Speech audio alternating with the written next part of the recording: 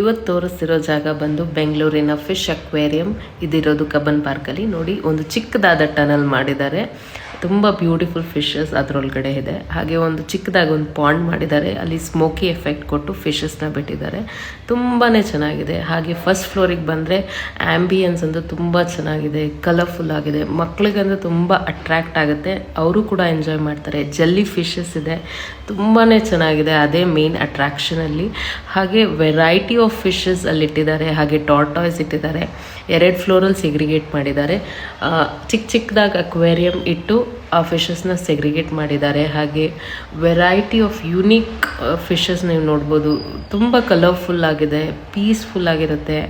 Ambience ಅಂತೂ ತುಂಬಾ ಚೆನ್ನಾಗಿದೆ. ನೀವು ನೋಡ್ಬೋದು ವಿಡಿಯೋನಲ್ಲಿ ವೆರೈಟಿ ಆಫ್ ಫಿಶಸ್ ನಾನು ಯುನೀಕ್ ಆಗಿರೋದನ್ನು ವಿಡಿಯೋ ತೆಗೆದು ಹಾಕಿದ್ದೀನಿ.